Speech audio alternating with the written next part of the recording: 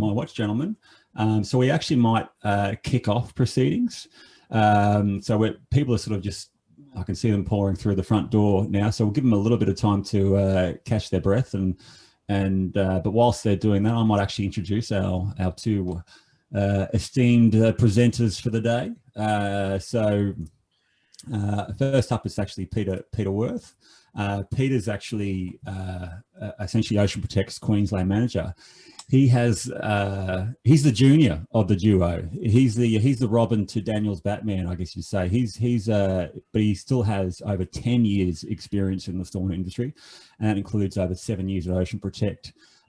He's also the president of Stormwater Queensland, and certainly plays a key role in engaging industry and regulators and individuals to essentially lift the standards of stormwater management and essentially reduce the amount of pollution going into our creeks and rivers and oceans.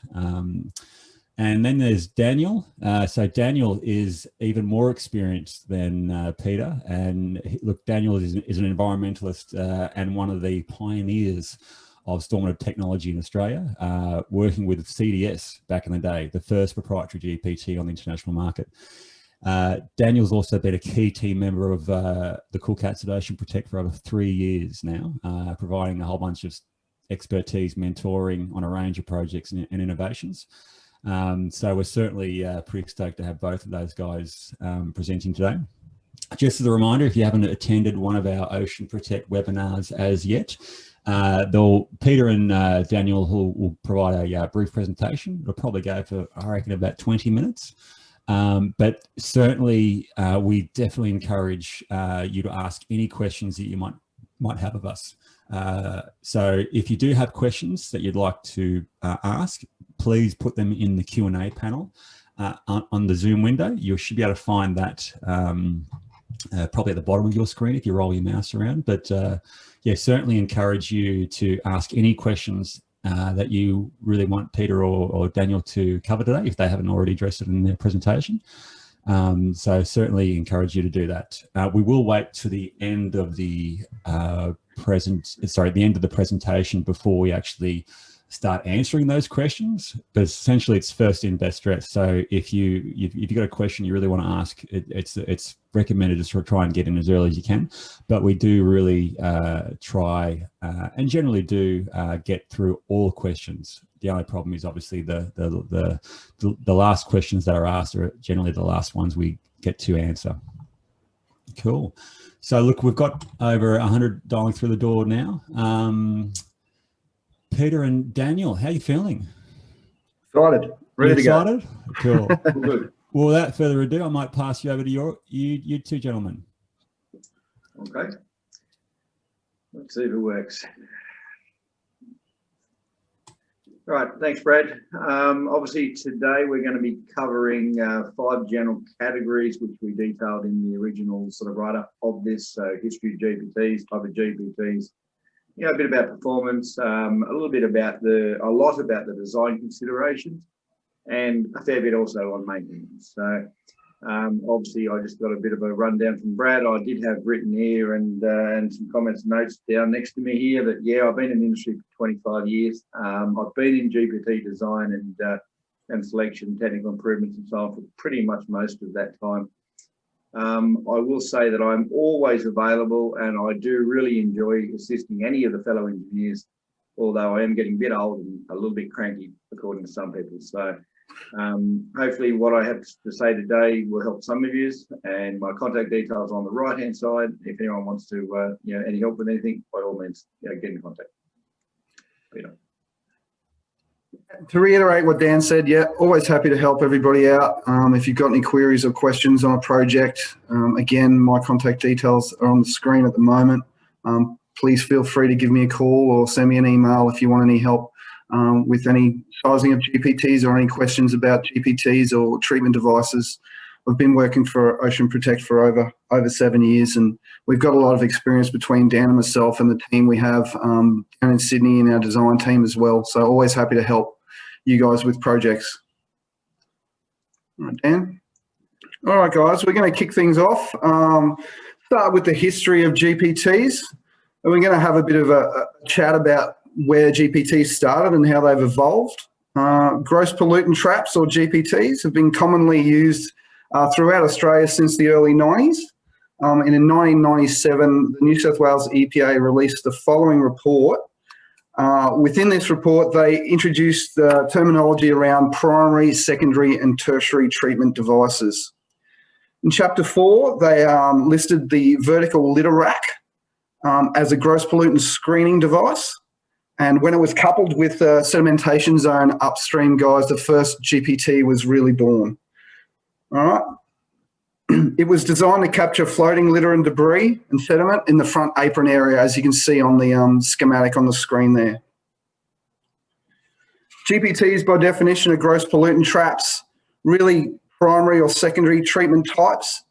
And the early GPTs were designed like the photo you can see on the screen now. They were designed like this with vertical bars. The vertical bars capture the pollutants, as you can see. They do get blocked over time. You can see the pollutants captured here on the screens. Again, as we'll talk about later, they also require maintenance to remove the captured pollutants. The wet area upstream will also have sediment at the base of that, so that also needs maintaining. Next slide, Dan. All right.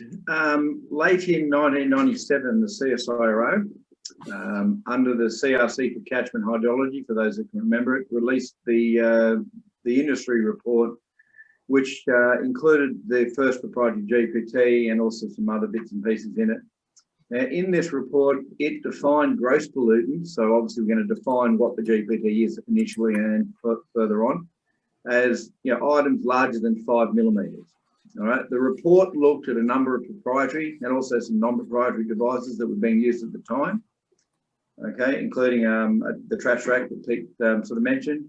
There was also covered the North Sydney Council litter control device, okay, which is a pit basket using metal screens normally, using a drop basket to capture pollutants mentioned, dropping down through the basket. These form the basis of the current pit baskets that are used today, such as the Ocean Guard pit basket that's shown here. These are often used for smaller catchments for source control. They have the advantage, obviously, of holding the pollutants in a dry state between rain events. Yeah, they're fairly cheap, but they're very, very efficient for these smaller catchments. Right. Also in that report, there was mention of floating booms for litter capture on open channels and some waterways. The early versions of these were similar to the pictures that are shown here. I've used these pictures, not the ones that are in the report, because they're ones in the report are black and white. There was also a lot of new and innovative products that were in development at the time. Some of them are still around today. So there's plenty of reports out there if you want to read them. The report went into a fair bit of detail about the first GPT, that the CDS, that was invented by 2 Australians in 1992. It was the first one that was really significantly extensively tested by any university. It was designed to have a separation screen area and a separation containment sump to hold and collect the pollutants offline. And it was essentially commercially available from about late 1994. So for those people that are under 26, that means basically before you were born. All right. In further reports were done on this and other GPTs throughout the years, including the Roads to Rivers in '98, again by the CRC. And that then followed up in 1999 with the TSS removal report, which was also done by the CRC. Now, unfortunately, the CRC ceased its research operations in 2005. And a few years later, I believe, was partly replaced by e-water, as we know of what e-water today, and with music. Right, in 2010, so moving forward a decade, another detailed GPT report was presented to the Stormwater Industry of Australia. In this report, it defined GPT slightly different. It did it in a fairly concise way. It's a good little statement there.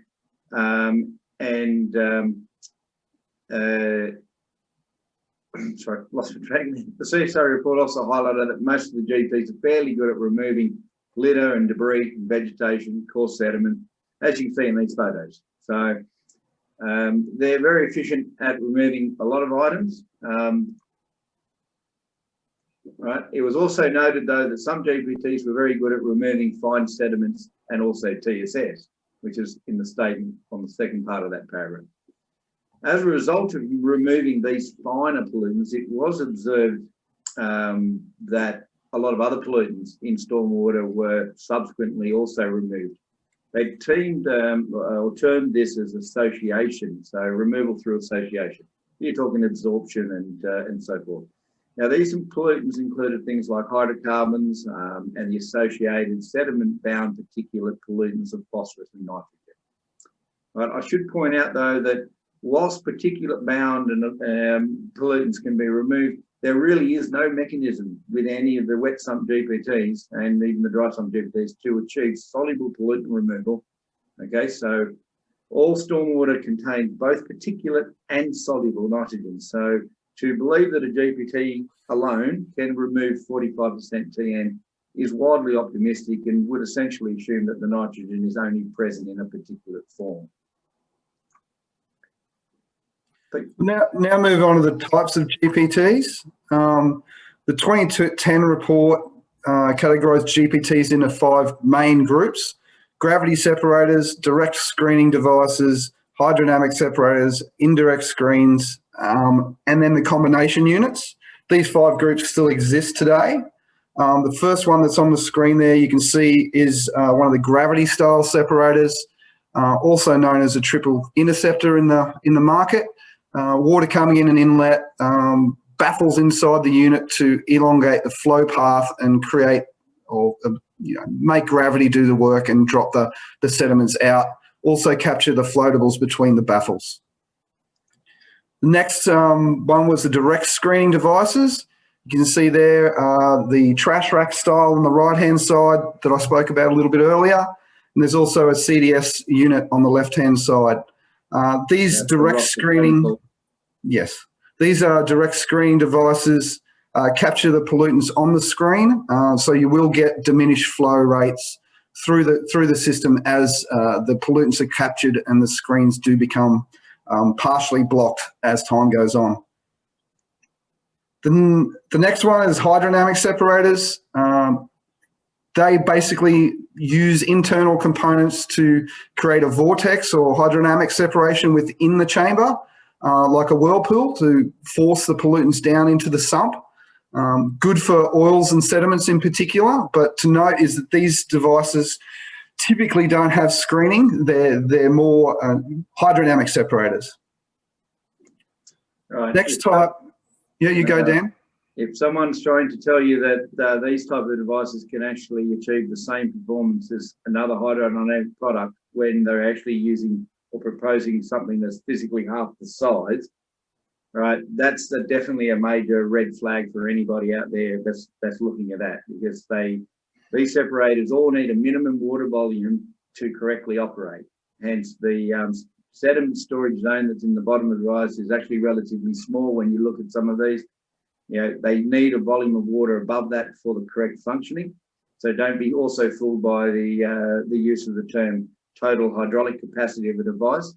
This is not the same as your sediment storage for the device. So be careful of when you're looking at and picking a device. You can't just undersize these. Undersizing these type of devices can be crucially to your site. Next type of GPTs is the indirect screens. By indirect screens, I mean the flow basically has to change direction to go through the apertures of the screens. The CDS unit and the Ocean Save have these characteristics. Basically, a screen where the flow pattern changes direction to go through the aperture of the screen, again helps promote sediment dropping to the sump area below the screening zone. Last section is the combination type GPT units. Basically, when you've got a combination of one or more of the components that we mentioned earlier, so you might have a vortex unit you can see on the screen here, where you've got hydrodynamic separation in the swirl chamber at the inlet, then basically baffles to create additional gravity and oil storage capacity within the same system. So it's a combination of gravity and hydrodynamic separation. We also have the Ocean Save GPT that I mentioned before, which has hydrodynamic separation, indirect screening, and also has a separate screening and sediment storage zone, which is in the sump below the screen.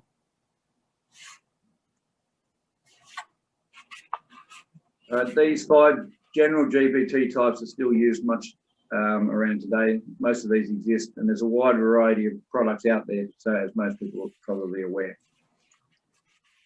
Performance. We'll move on to performance. As Dan mentioned earlier, and just to reiterate, a GPT is not really going to solve all of your pollutant reduction items that you need to meet. They're very good at capturing gross pollutants. As you can see on the screen here, there's a few images of different GPTs doing a really good job of capturing your floatables and your litter. There'll also be a sump below the area that you can see on the screen where sediment is stored as well. But they're really not gonna solve your total nitrogen and total phosphorus removal requirements. To do those sort of things, you really need either a fine membrane filter or some sort of bioretention or a cartridge system with activated media, which actually is tested and tried and true for removing soluble fractions of your nutrients and finer pollutants.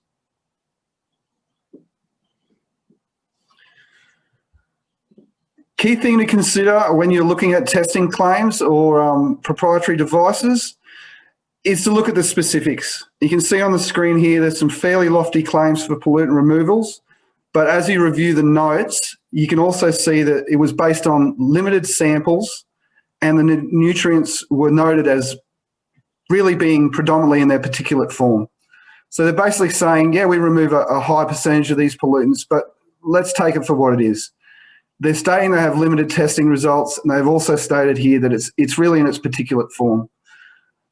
For phosphorus and nitrogen, we all know that it exists in soluble and particulate form. So to claim total nitrogen and total phosphorus numbers of that height is a little bit optimistic in my opinion.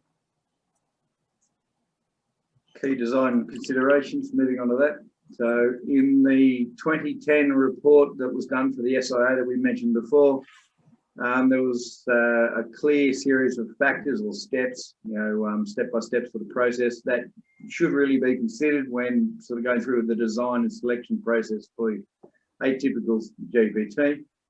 The approach should really look at least multiple items of these, not just one specific item. The first one was location and layout. Now, fairly important. You need to know where you're going to put this, where it can fit.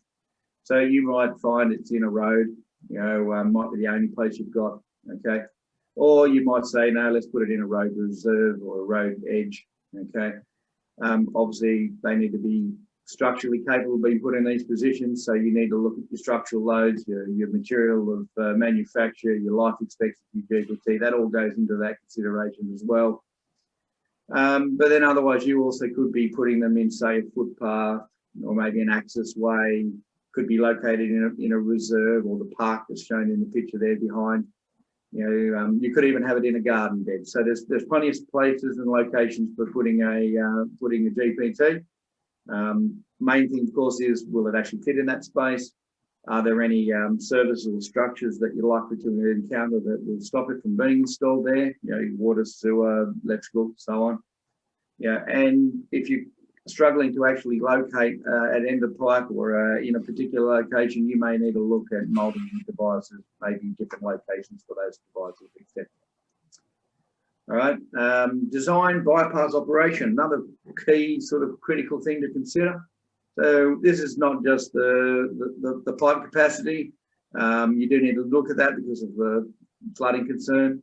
Is the pipe flat or steep? That might have a change of an impact on what type of GPT you may use or where you locate it. What is the peak flow might dictate, again, whether your GPT is online or offline or a different type. How much flow can I treat at the site before I cause dramas or have an impact? What impact will that GPT have on the drainage system? So one thing, of course, to note is that everything has an impact, whether it be a pipe, a pit, or whatever. So therefore, every treatment system will also have a hydraulic impact on your flow. Treatable flow rate. Treatable flow rate. All GPTs have a designed treatable flow rate.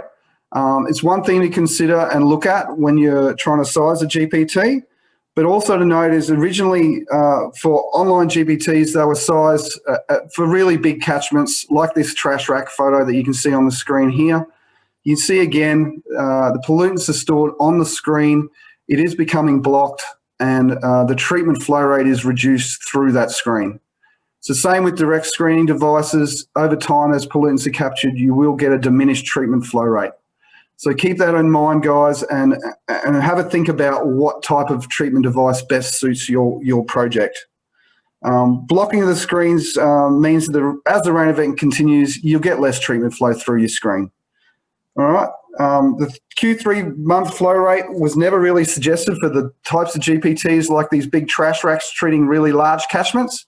More evolved later on with smaller proprietary devices such as ocean saves and things like that, which were treating smaller catchments. Right. You, Dan? The other 4 categories of GPTs that we went through, so the hydrodynamic separators, the continuous cleaning and screens, they are all working on that that functionality of if you keep processing the water, you can actually get a high percentage of removal and you can treat a large volume of water. So the pic below there is from Rockler CDS. It's showing you the CDS technology screen and the fact that that's a non-blinding blocking screen that uses the flow of water and the type of screen to actually achieve a good removal efficiency. Indirect screening. So long as the GPT has the pollutant storage area separate to the design hydraulic function, separate to the actual screening area, it will design and continue to operate at the flow capacity with no diminishing flow capacity over time. All right. Now, back in the day, this was a little bit of a contentious issue because obviously some councils and regulators were looking at trash racks and so on that we talked about before, treating at 5, an ARI of 5 or a 10-year ARI, which is huge. In 1999, Tony Wong produced a well-known graph which is used through a lot of papers over the last decade or two. It was used to essentially justify or understand what happens when you treat a smaller flow rate, okay, when you actually do it on a continuous basis. So he produced this table and chart, and in this chart in particular, he did it for all the major cities in Australia. And what it actually shows you, if you look at where the orange arrow is there, that's looking at your 3-month ARI roughly, going back, talking about the fact that that was before the latest upgrade of AR&R, which was actually done differently. They didn't even go to a 3-month flow event. So the numbers that he used were slightly different to what we are currently using now, okay? But from that, you can see that those graphs essentially are telling you that you can achieve somewhere between 96 and 98% removal efficiency, or diverted flow volume on an annual basis if you treat the flow continuously through a screening device. Right, the chart basically proved that smaller flow rate continuous devices actually provided a substantial cost-saving advantage to councils who were the primary people putting in GPTs at the time. Okay. In today's modern world, the 3-month is still constantly used. There's a bit of bantering about whether it should be higher or lower. In my own opinion, I would suggest that the 3-month flow rate may not be necessarily appropriate for applications where you have multiple treatment train approaches being applied. A lot of the actual targets are less than the 96, 98% put in that graph. Sometimes they're as low as 80%. So sort of begs the question of, do you actually need to treat that much water? All right, removal efficiency. What key pollutants do I need to capture? All right, number one question, of course. So this may affect your GPT selection. We talked about the different GPTs. So if you're aiming for hydrocarbons, you might need to go for a certain GPT. If you're aiming for vegetation and litter, you might go with a different GPT. But you need to consider obviously what the targets are. So if here's a shot of a Blacktown targets from the Water Sensitive and Design Handbook that was recently released. Again, you can see that gross pollutant listed here at 90%. So why treat the 3-month flow with a GPT to get 97% or whatever you're going to achieve here when you can probably get away with a 2-month flow rate and achieve the same answer? Right, looking again at that table, you can see that there's obviously 45% nitrogen removal, 65% phosphorus removal. Yet can the GPTs meet the targets alone? No, they can't. It's very, very hard to find. There's no real data out there to prove that. All right, pollution load. Different catchments, different types of catchments, they produce different pollution volumes, different pollutants. You might have a catchment that's lots of bottles and floating litter and debris that we mentioned earlier. So if this is your target, GPT catchment that you're after, then you may want to select a GPT that has a nice high weir capacity, that has additional baffles and hoods and so on to not only capture it, but also to hold and retain the floating litter, during an actual larger storm events, so that you're not losing it. If you're looking more at a general purpose GPT and, sediments and seasonal organic material, then you may want to have a GPT that's, targeted towards that specific pollutant that's of interest to you. Right? But ultimately, at the end of the day, all we're really interested here is what type of pollutant gives you the type of device, but also how much. So if you've got a lot of pollutants coming off, you want a big collection area. If it's a small catchment, small pollutant volumes and so on, then you might be able to get away with a smaller device. So the main thing here is to know how much pollutant am I likely to get off, how much volume is it going to take up, how often do I want to maintain it, therefore what size pollution storage area do I need in my device. Then you get heading over to maintenance life cycles. Now there's been plenty of studies on this over the last couple of decades. So, and we and council and everybody else has been saying the same thing for as long as I've been in this industry, that we don't really do this well. Okay. One of the main problems you still see repeated over and over again is the GPT location a good one? Okay. Can I physically get my suction truck or my clamshell grab or whatever I'm using to the actual site? Have they put the GPT in a basement that only lets cars go in, type thing, those type of things? Is it in a road? Do I need to consider traffic management? Do I need to actually do something in the design of my pavement to actually make sure that structurally the GPT can handle it? Do I need to pick a GPT that has the structural capacity for the location? Right. How often you need to do the maintenance obviously is an important thing, but also the initial installed purchase rate comes into that, and from that, of course, you can work out your life cycle costs. Now, I will point out that undersizing a GPT in order to save your capital costs is very much false economy. Dramatically undersizing can result in excessive maintenance requirements and significant cost blowouts, with a much higher risk of other problems like flooding, community health issues, and so on. There are plenty of examples out there, and looking at the list of names here, I've seen some of them may actually have been part of those that have actually designed and sized GPTs that are not operating, are not being maintained, not necessarily their fault, or have been replaced and ripped out, because of mistakes that have been made by engineers. We're all human, we all make mistakes, but try to avoid it if we can. All right, maintenance. We'll move on a little bit more into the maintenance area. Dan mentioned a few things just before, but just keep in mind, guys, maintenance is not new. We're going to capture gross pollutants. That's what these systems are designed to do. Therefore, they're going to need periodic maintenance. As Dan mentioned, you need to think about the location of your GPT and where you're designing it into, and will you have access for the appropriate vehicle to maintain that GPT. Again, it will depend on the type of GPT you're using, whether it's an Ocean Guard pit insert style GPT or a hydrodynamic separator. the size of the unit, and the capacity of the suction truck you may need to maintain that unit. The reality of not appropriately maintaining GPTs, as Dan mentioned, is that their effectiveness will be diminished, and they may actually increase the nutrient loads that are hitting the receiving waterways or the outlet of your site. You also see here a bit of a picture of one of our Ocean Protect maintenance vehicles.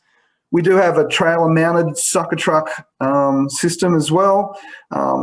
It's a little bit shorter in height and can get into some smaller areas. We can tow that trailer-mounted sucker with one of our four-wheel drive utes as well to get access to some tighter areas. But again, you need to consider these things when you're designing your GPTs. Next slide, mate.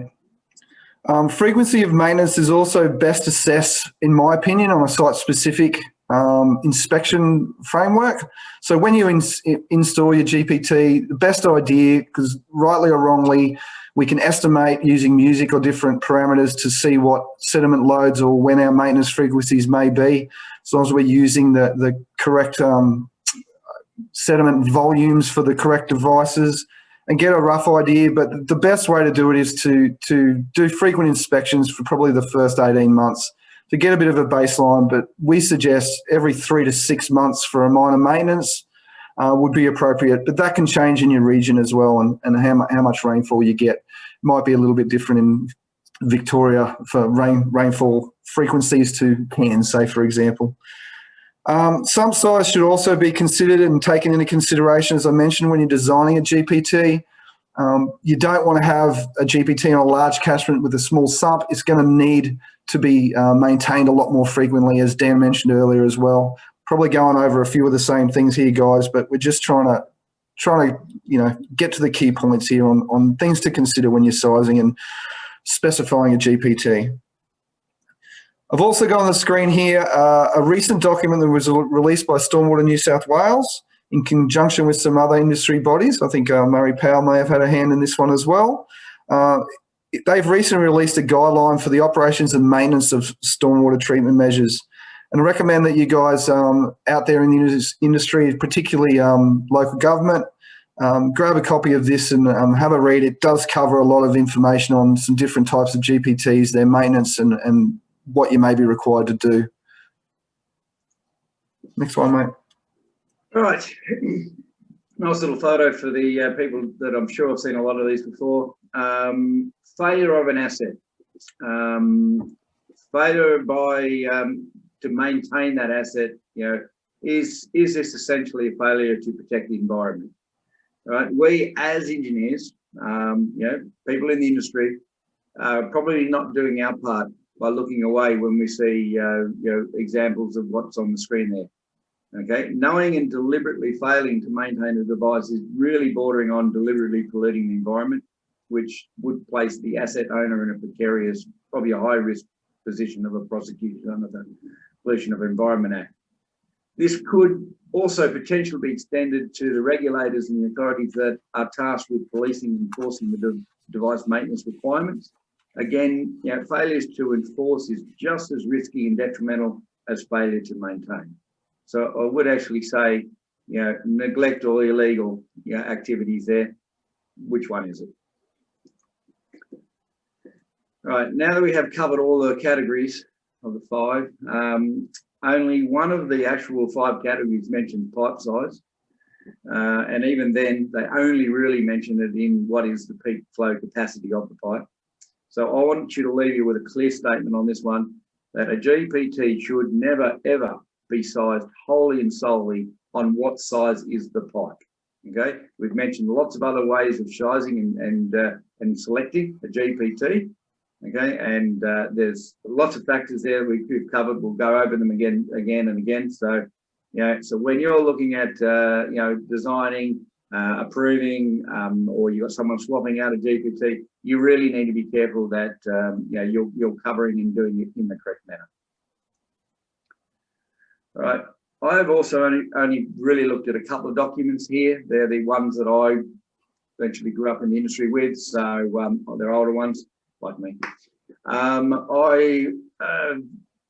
I've added in here that there are plenty of other publicly available documents, and I was going to go and find a couple of dozen of these, and I went, in the end, it would just be easy just to make this basic statement, which is that for all those people that are actually interested listeners here, I would recommend that you actually go and reference your appropriate local government or state government resources that are out there. They do exist. Back in the day, under the stage 3 grants process, back in the early 2000s, each council had to do a stormwater management plan. They had to come up with water sector design reports and so on, and techniques and technical manuals and so forth. So they may not necessarily cover just GPTs, they may cover a lot of other things, but definitely worth a read. This one here is the Adelaide one, so the technical manual for Greater Adelaide. It was released at the same time as the previous report that I looked at, so in about 2010. Chapter 9 covered GPTs. It was quite a large document. It included the typical areas that we covered. Your flood capacity, your scale of your application, your siting of the GPT. It also looked at your performance and pollution that we talked about, and it covered a lot of maintenance. Okay. What I also liked was the section 9.5. It's a nice little check sheet. One of the few documents I said. And again, it suggests that you really should be considering a number of factors when selecting a GPT. They mentioned in this particular report, catchment area, pollution load, pipe capacity, treatment flow, performance requirements. So much the same as what we've just reiterated and just gone through. Finally, guys, we'll offer a few take-home messages just to consider when you guys, be it council or engineers that are looking at a GPT for a project. The types of GPT, we've harped on this a little bit, but not all GPTs are created equal, guys, all right? Some have better designs and features and other things to think about. What is suitable for your project and in your LGA? Do you want to set a high bar? Do you want a GPT that has indirect screening, separate storage and screening zones, similar to an ocean safe style unit? Setting a high bar is not a bad thing, in my opinion. It's always good. I think there's some key advantages to having a unit that has separate screening and storage zones. You don't get diminished treatment through the system. All right. The other thing to consider, as we've also harped on a little bit, is maintenance. Simple thing is, if these devices aren't maintained, they will cease to function as they are designed. All right. So please consider the storage sump size when you're sizing up a GPT and proposing one, and how often that maintenance may be required, and the location so you can get and actually maintain the device. Last one is a GPT alone good enough? Again, we've already mentioned this throughout the webinar. A GPT is not really going to solve all of your pollution problems, all right? It's probably designed primarily as a primary or secondary treatment device, and traditionally they were used a lot upstream of bioretentions or wetlands or different second or tertiary treatment devices, all right, like membrane filters or media cartridges or bios. All right, so just keep that in mind, guys. It's really a primary or secondary treatment device. Great job of removing gross pollutants, but they're called gross pollutant traps for a reason. Any final comments from you, Dan? Yeah, somewhere. Why not? I wish everyone the best. I think all I can really say. We've had a really tough year with COVID. I'm happily help anyone with their selection processes that they want any help, and I'm hopeful that it is a normal 2021 next year. Yeah, and hopefully we can evolve and learn from some of our past mistakes, guys. I mean, the definition of insanity is to just keep doing the same thing. So let's try and be a little bit better, guys. And, if you've got a GPT that's going to go under a roadway, let's think about maybe using a device that's, concrete, just for structural reasons and different things like that. Let's put all the pieces together so we get good outcomes. All right, Brad, we might hand over to you, mate, for some questions. Thank you, gentlemen. When you were giving Daniel the final word, I thought this could go anywhere. This could be like another hour-long session, but thankfully it was short and sweet. So, look, gentlemen, what great presentation. I certainly learned a lot. So, You've done very, very well.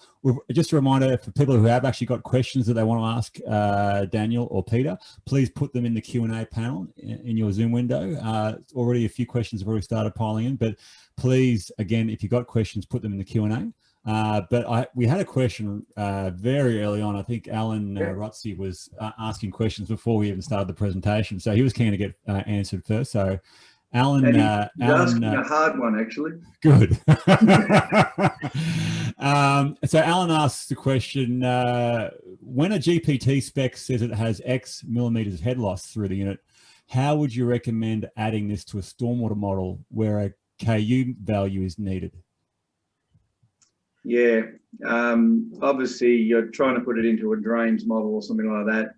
The KU value is, some proprietors will claim basically 0.1, which is lower than a pit, actually lower than a pipe expansion, but others, are more realistic with giving you numbers that, actually represent the actual GPT there. Generally, you can get it into the millimeters, and it's probably easy to work it on millimeters. You're also looking at the K value at peak flow. So it's not the K value when you've got the little trickle flow running through the GPT at the 2 month or 3 month or whatever flow you've designed it for. It's the flow rate that you've actually, and the head that you've built up at the peak flow. And sometimes, if you've got a long enough weir system and diversion structure, that could be, tiny, could be 50 mils or less. But generally speaking, yes, you've got a few hundred millimeters for most GPTs, for them to operate. You can just do it using, if you know your velocity, you can actually just turn around and convert that back into a K value and apply that back into your drains. It's not that easy. You've asked a hard question. Yeah, the other way you could possibly do it, Dan, and correct me if I'm not right, but you could use your drains model and basically model it like the outlet pipe is lifted to the same height as the high flow bypass weir in the GPT, effectively lifting your hydraulic grade line and seeing that what that does to your flow rate at that peak flow. Raymond Pfizer asks a similar question in relation to head loss. Raymond says he loved the history of the GPTs as well, but as a side note, his question is, could you explain how the head loss and the K factor is derived for your ocean save GPT? I note that the unit has a weir. Do we need to consider the head loss for both treatment flows and the bypass flows, or just the bypass flows?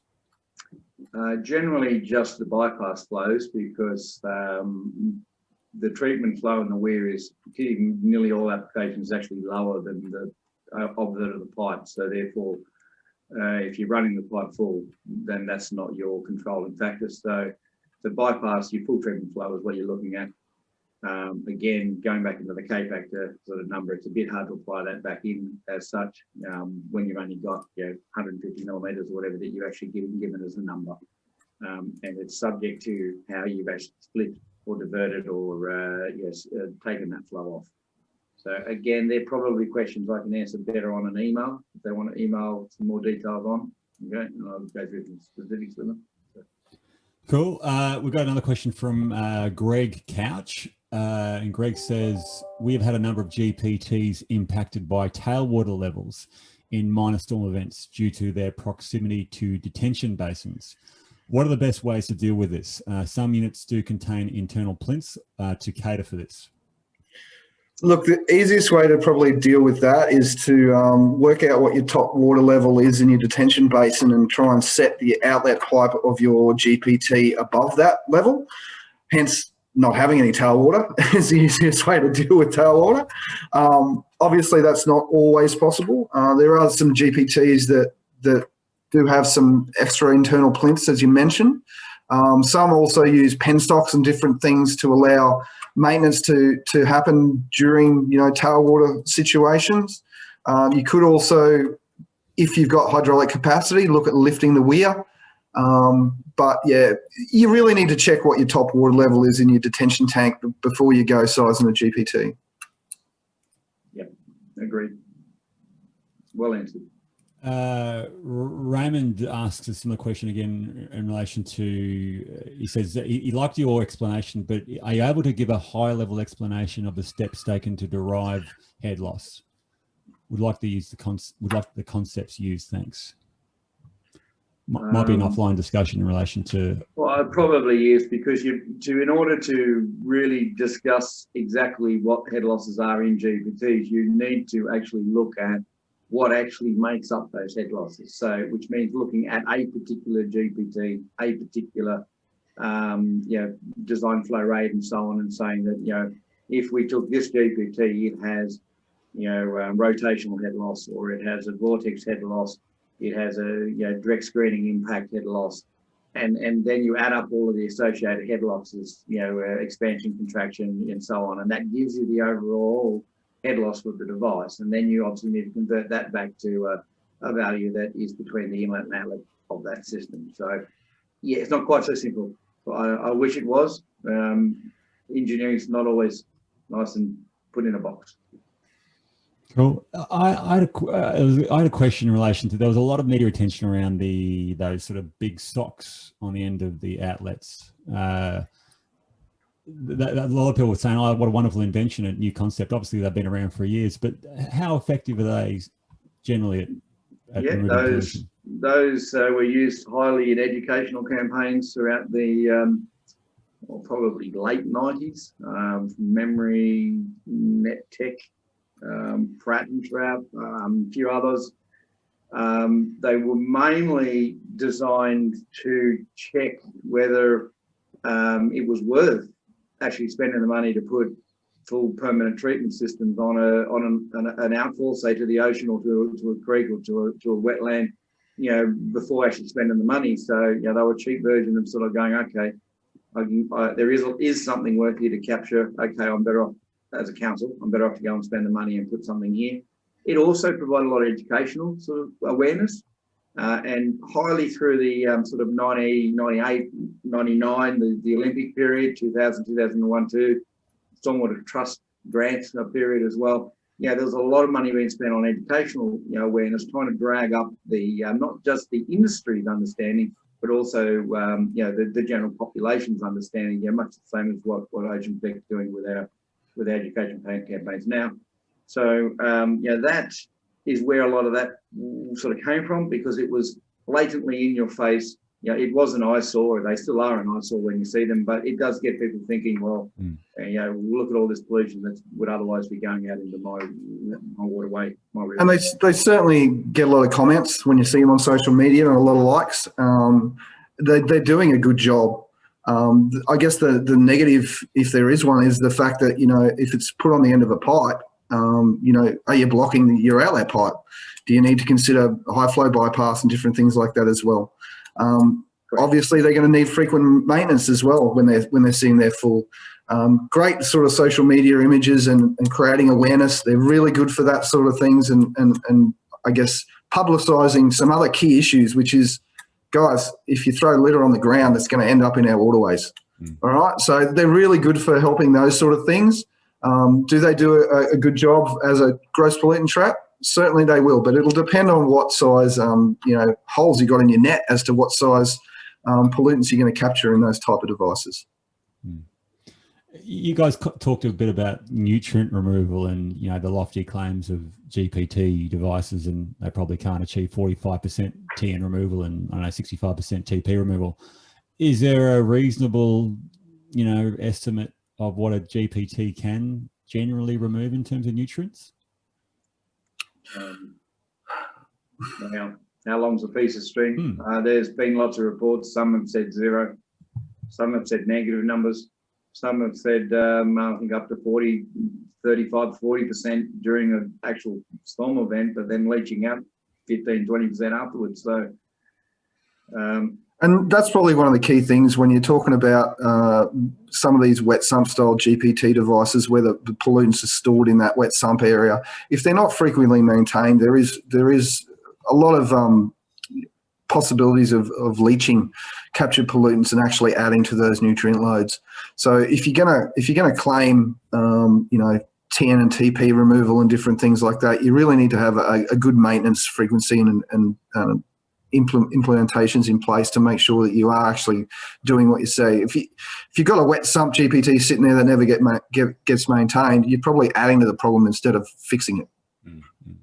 Cool. Look, I've got no further questions. I'll give people, 20 seconds. If you've got any sort of final question you want to ask in front of as part of this webinar now, you're welcome to. But if you've got questions or you'd like to just have a chat further to Daniel or Peter subsequent to this webinar, their contact details are on the screen, and I'd certainly encourage you to reach out to either if you want to know any further information about what was talked about today.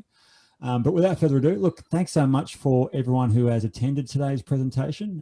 We've had a great turnout. I think we generally had about 147 in attendance, which is a great turnout. So thanks everyone who participated today and asked questions. But look, that's all I had. And I guess the final thank you goes to Peter and Daniel. Thank you guys so much for putting together this presentation. No worries. Just like to thank everybody for tuning in and wish everybody a safe and Merry Christmas if I don't happen to speak to you between now and then.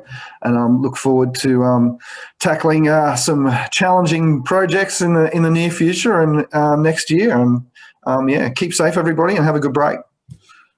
Yeah, and just a reminder, folks, if you missed out, if you want to watch it again, and who wouldn't, to listen to the dulcet tunes of Peter and Daniel, we'll have this presentation and the Q&A on our on YouTube probably the next couple of days, and that'll be available from the Ocean Protect website. Just again, Ocean Protect under the webinars tab, and you'll see all our recordings and supporting material, including the presentation slides. So thanks again. Thanks everyone for attending. Thanks Peter and Daniel for your time today. And I hope you guys enjoy the rest of your day.